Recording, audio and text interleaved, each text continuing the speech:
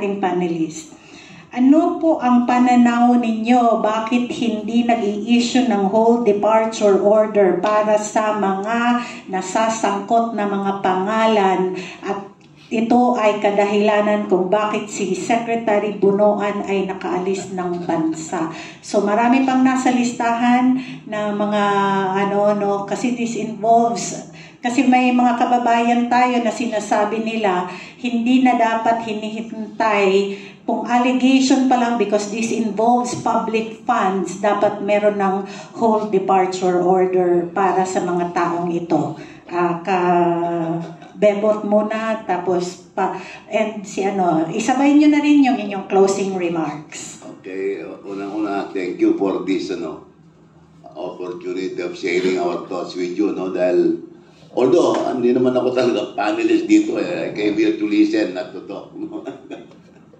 Anyway, yung tungkol sa yung sinabi mo? Being a council of elder. Council of elder. That's the honor of being a council of elder. Lagi kang handa daw dahil membro ng council of elders. Ganun ba? O, sige. Ayaw ko kasi maging member ng of elders Of young girls dapat. Anyway, ano yung bilanggit mo na tungkol sa whole departure order. Whole departure order. Alam mo yung whole departure order, ang nag-i-implement ang immigration.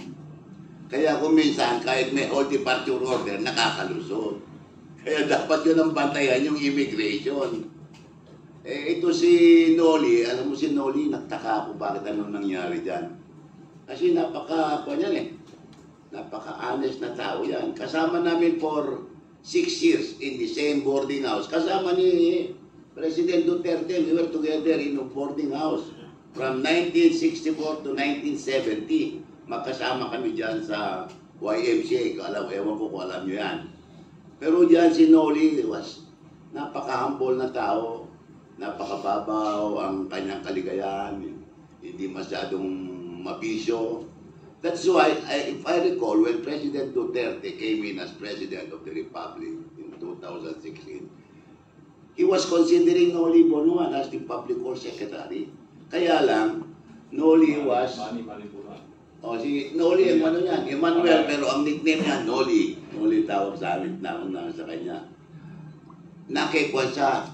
Nasa kay Ramon ang daming projects. Kaya nakiusap si Ramon na wag munang kunin dahil tapusin niya muna yung mga projects ni Ramon Kaya hindi nakuha si Noli. Pero if given the opportunity, baka pupunin yun the former President Duterte. Pero yung whole departure order, kagaya na sinabi, it is only effective if immigration is vigilant. Marami dyan nakakalis kahit na may whole departure order Kasi lalapitan lang na siya, "Hoy, si Secretary Bunoan yan." O, di, siyempre, immigration naman. "Ay, sir, happy trip, sir." Kahit na naman niya mayroon whole departure order. Hindi na tinitignan yung papeles yan So, anyway, yung whole departure order, dapat ang nag-i-issue dyan, either the department head or the president himself.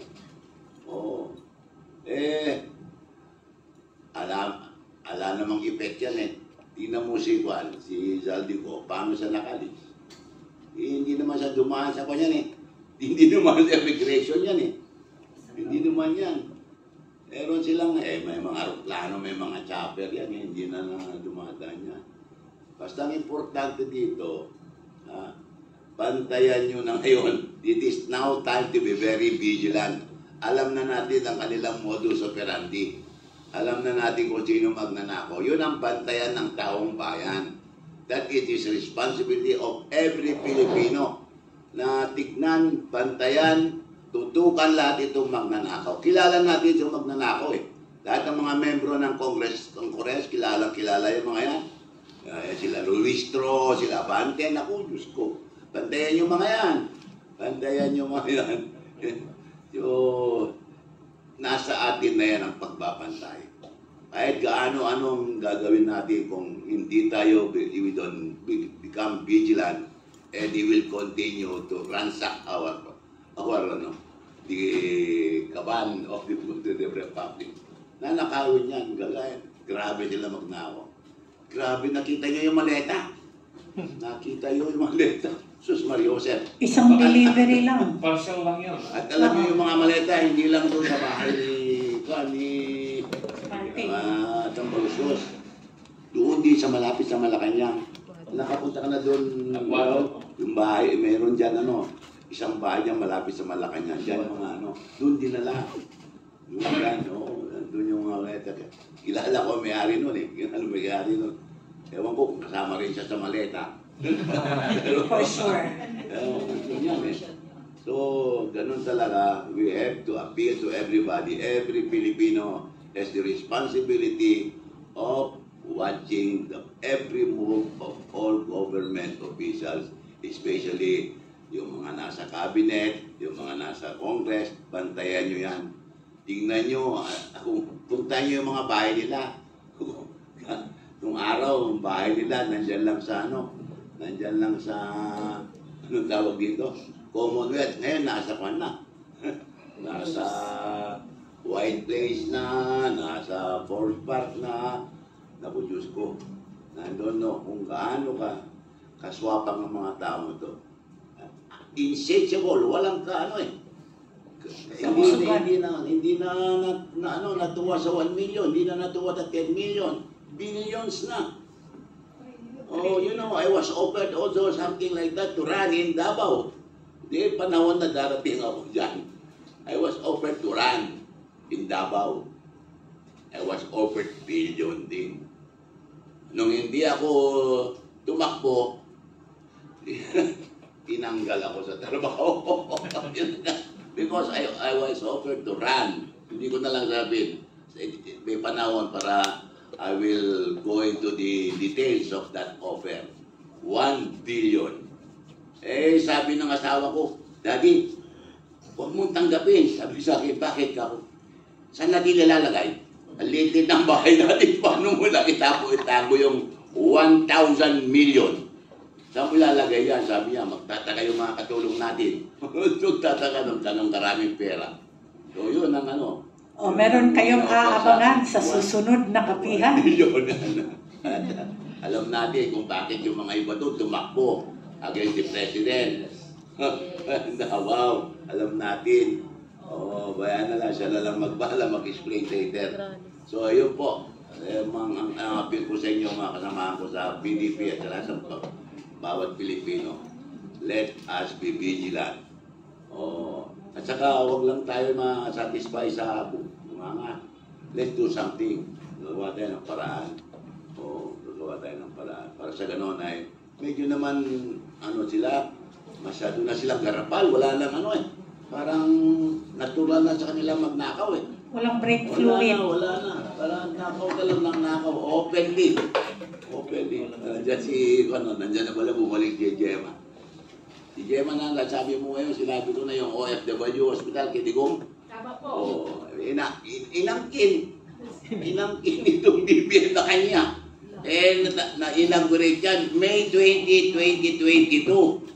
Si BBM nag-take over July 2022, di ba? Paano niya nagawa yung hospital, yung OFW? Nandun kami lang, sir, mga OFW. Pero ang kapal. Present kayong tatlo. Pang-apat, present. Ang kapal, ang kinid niya yung OFW, hindi pa naman siya presidente nung araw. So, yun. Yun ang mga intricacies ditong buhay natin ngayon dahil sa sobra ng abuso ng mga tao sa gobyerno. Thank you po. Thank you. Dr. Mata? Yes, doon sa question na bakit hinahayaang lumipad. No? So I think it's more on the cover-up na ginagawa. Ibig sabihin, guilty at dala-dala niya ang mga ebidensya. Para hindi siya masalang sa investigation, pinapatakas na lang. So, yun din ang question natin sa ICI na hanggang ngayon, pinag-iisipan pa paano maging televised or live yung kanilang investigation. So, katulad nung kay Zaldico, actually marami na nag-isip yung analysis doon na sinabi ni Zaldico ganun nga nangyari. Pinaalis siya, pero i-blame pala sa kanya lahat ng kasalanan. So, ibig sabihin, parang ginawa na din siyang fall guy para siya lang ang may kasalanan yung naiwan dito sila yung malinis. Pero yun nga, obvious yun, ginagawa tayong tanga. So yeah, I think it's more on the cover-up side. And for final words ko po, being a doctor, ibabalik ko na lang po doon yung hair follicle test. Bakit mas maganda ang hair follicle test sa cocaine? Dahil nasa 90 days yung ano nito, yung kanyang time na pwede ka matest na nagre-retain yung cocaine doon. Yung urine test kasi 4 days lang. So kunwari, hindi ka na nag-abstain ka ng 1 week, pwede ka naman negative. Kung blood test naman, 2 days lang. So, ang chance na mag-false positive, ibig sabihin na hindi ka nagagamit, pero na positive ka is very, very slim, less than 1%. Dahil ang chinecheck po sa follicle test ay yung buhok talaga mismo dahil yung metabolites ng cocaine pumapasok sa bloodstream, pumupunta sa buhok.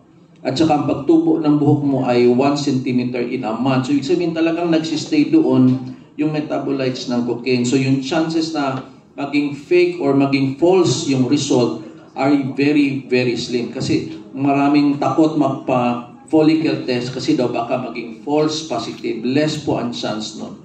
So again, we will go, I would like to bring that up again to clear things up. That's a challenge to the first family dahil nga sinabi na nga yun ni Senator Aimee. To clear things up po, yun po ang challenge ng bayan, magpa-hair follicle test po. Lahat po ng na-mention ni Senator Aimee. Maraming salamat po. Karaul? Yeah, thank you. Gusto ko lang dagdagan sinabi ni Secretary Bebot Bello tungkol sa immigration. Una, yung whole departure order, nanggagaling po yan sa korte. Hindi po yan nanggagaling sa Department of Justice or it's the court that will issue the whole departure order. Meaning to say, meron nang naisampang kaso. Indicted na yung tao sa Sandigan Bayan o sa Regional Trial Court. Pero, kahit na walang whole departure order, pwede po na hindi payagan ng immigration na makalabas ang kahit na sinong Pilipino. Nangyayari yan sa mga overseas Filipino workers natin, hindi ba? Ang higpit ng immigration natin, pag yung mga nakakasabay ko sa airport ay mga pupunta magtrabaho sa ibang bansa, ang dami-dami din dalang mga papeles, mga documents to justify na bakit sila ay papayagang makalabas ng immigration natin. In fact, ako nga, madalas nga akong magbiyahe, almost twice a month akong magbiyahe, still, yung immigration natin ay tinatanong pa rin anong purpose ng travel, saan ka pupunta, government official ka pa ba, etc. So, nasa immigration yan kung gusto nilang palabasin or hindi yung tao. And as experience, no, naalala nyo yung ginawa nila kay GMA, President Arroyo, noong 2000, I think that was 2010. I think it was November of 2010 yata yun. Na she was supposed to go to Singapore para magpagamot. Naka-schedule na siya to be operated in Singapore. Pero hindi siya pinayagan ni Laila de Lima at ni Mar Rojas at that time. Ni Jojo Ochoa sila, pinigil nila si JMA. Walang whole departure order si JMA no, na yan, hindi siya pinayagan. Kasi sabi na, alis na yan, hindi na yan ano. You see?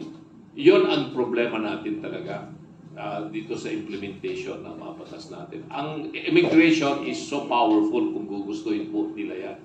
And they have the right to do that. They have the power to do that. No? At isang institutional reform siguro ang dapat nating gawin na ilipat na natin yung immigration from Department of Justice to another department which I think should be created by law immediately. Gayahin na natin yung Amerika kasi paborito naman natin yung Amerika eh. Actually, maraming Pilipino gustong magmukhang Amerikano eh. Pati sa isipan at sa puso gusto nila Amerikano. O hindi gayahin na natin kasi maganda naman yung Department of Homeland Security. Yung Department of Homeland Security at doon ang immigration. It's no longer under the Office of the Attorney General or the Justice Department. It is now under the Department of Homeland Security. Ganon din yung customs. Kasi customs is intended for what? Border protection yan. Entry of goods and others coming from other countries. So it's more on Bureau of Customs, yung Customs Office natin. Malipat na rin sa Department of Homeland Security. Ganon din yung Coast Guard natin. Hindi na dapat yan under ng Department of Transportation. It should be also under Homeland Security na yan. So marami pa pong mga dapat na institutional reforms na pwedeng gawin para mapalakas po ang ating bansa. And in regard to itong pag-alis ni Secretary Punuan, ako kilala ko rin si Sec Manny. Matagal na kami magkakilala niya ni Secretary Punuan. And I agree with Secretary Bello sa kanyang sinabi. Napakabait na tao, napaka-humble, pero napakahusay po yan. I first met him when he was just a mere director of the Department of Public Works and Highways. And this was during the time of President Ramos. Marami po siyang mga nagawang mga magagandang mga proyekto dyan. And I've never heard of him being involved in corruption when he was still with the DPWH during those time until he opted to retire early and join the private sector in the San Miguel group of companies. Kaya nagawa yung mga skyway na yan, si Secretary Punuan ang gumawa dyan. But this time around, itong flood control project na ito, alam naman natin yung mga cabinet members, they are merely what? Utusan lamang po yung mga yan. No? Imposible na alam ng cabinet member ang mga nangyayari ito na hindi alam ng pinakamataas. Kung i-implicate nila si Executive Secretary Bersamin dito sa binabanggit na 100 billion insertion, na ngayon napatunayan na natutunga na nagkaroon ng 100 billion insertion, no? Pero yun, tinanggal si E.S. Bersamin, no? Tinanggal si Pangandaman, and it is reported, I don't know if the report is accurate, na kakasuhan si Undersecretary Bersamin at saka si Ulaybar at saka si former Secretary Pangandaman of plunder or of malversation of what? And Chief Justice Bersamin, E.S. Bersamin, said that he is going to defend himself, that he is not involved in any of this. Maybe somebody used his name or whatever, pero sino kaya ang nag-utos? Kung tama yung sinasabi ni Saldico sa kanyang mga revelations na kausap silang ilang beses ni Undersecretary Bersamin at ni Undersecretary Ulaybar at ni Secretary Mina Pangandaman at si Undersecretary Jojo Cadiz, no? Hindi ba nabanggit na itong 2025 budget na ito ay 4,000 plus pages ito? At the President had read and scrutinized this budget together with Mina Pangandaman. So, dito na tutumbok na kung ano talaga yung sitwasyon. At yun ang dahilan, sabi nga ni Dr. Mata, na laking cover up Cover up. Blame everybody else except ito, untouchable. No? At ito ngayon, ang balita, yung mga deputy speakers, pinalitan. Nagkakapalitan na at isasama na sa investigasyon itong mga si Congressman Don Gonzales of Pampanga, Congressman Suarez of Quezon, Suarez. iba pa. He's no longer the senior deputy speaker. Sino ng deputy speaker? Basta na bumaba siya. So ito, abangan natin yan kasi ito yung mahirap na sa sitwasyon nila. Ang game plan na with this new team in the cabinet, with the new executive secretary, new etc. ay save the king. Save the king. At hindi natin alam kung si speaker ay may implicate na talaga at kakasuhan na. Di pa rin natin alam yan. So, abangan na lang natin. So, ulitin natin yung unang pahayag natin kanina. Kailangan bang magtuloy-tuloy ang ating pakikibaka at rally? Tuloy po natin yan. Ang PDP will always hold rallies. Kung kinakailan every week, kahit na kukunti, ang tao pupunta dyan. Important is that may pahayag po natin yung mensahe na hindi po matutulog ang PDP. May karma talaga yan. Alam mo talaga ito. May karma. Alam mo yan si Executive Secretary Bersamin. Alam mo yung background niya? He was the former Chief Justice of the Supreme Court. Tanong, sino nag-appoint sa kanya as Chief Justice of the Supreme Court? PRRD. Nung nag-retire siya as Chief Justice, napunta siya as Chairman ng GSIS. Sino naglagay sa kanya doon? PRRD pa rin. Pagdating ng panahon, anak ng pating, sila nagmaniobra para kidnapin si PRRD at dalhin sa DA. See? May karma. Kaya may abot ang karma eh. Kaya itong mga nagnanakaw, may darating din ang karma niyan. Darating din ang karma. Pero in the meantime, let us stay vigilant. Huwag natin paintulutan na kampante silang nagnanakaw. Kailangan ba? Alam nila na nakabantay tayo.